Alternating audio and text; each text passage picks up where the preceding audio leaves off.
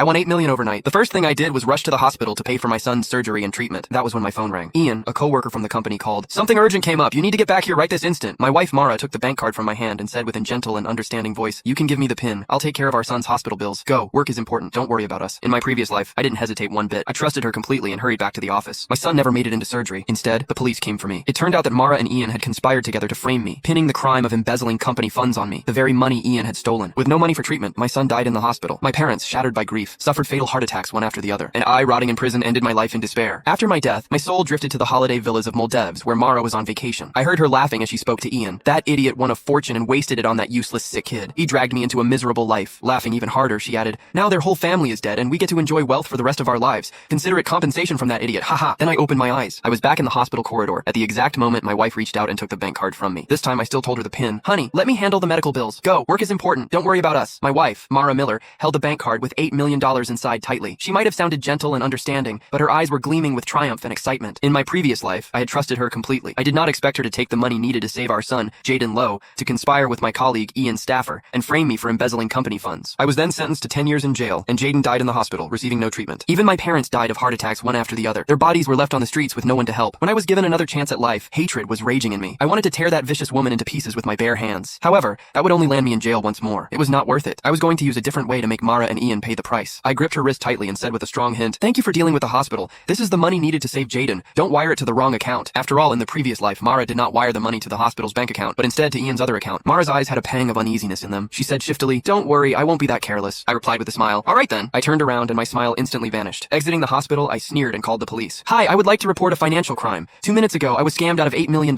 Please help me find the people who took my money. What, $8 million? The police officer became serious and immediately opened a case when they heard the amount of money. They added, since the money has just been transferred, you're lucky you called the police in time. We'll surely help you get your money back. If you have any clues, please come to us again. I said anxiously, all right, thank you. That money is needed for my son's surgery. Please help me. After hanging up, I smiled. I was not worried that they would not be able to get to the bottom of it because the money would soon be returned to my account. That was what Mara and Ian did to frame me in the previous life. However, in my new life, I was going to let them have a taste of their own medicine. My phone buzzed violently in my pocket. It was Ian. I deliberately did not answer. I did not need to. I knew it was Ian trying to get me to rush back to the office, waiting for me to step into the trap. I sniggered. I hailed a taxi, but instead of heading to the office, I headed to the lottery center. Hello, I'm the one who won $8 million this morning. I need an official notarized certificate confirming my identity as the winner right now. In my previous life, I was so desperate to pay for my son's surgery that I had skipped the notarization completely. That mistake cost me everything. After I was framed, I thought about getting my winning notarized, but Mara and Ian had already bought off the staff at the lottery center. They changed the personal details of the winner to a different person, so I could not prove that I had won the $8 million legally. Once I had been notarized as the legal winner of the lottery, I even got the staff to print me the receipt of the transaction details of the money to my account. I was not going to give Mara or Ian any opportunities to set me up in this life. My phone rang once more, still from Ian. Click the link in my bio to get the full story for free.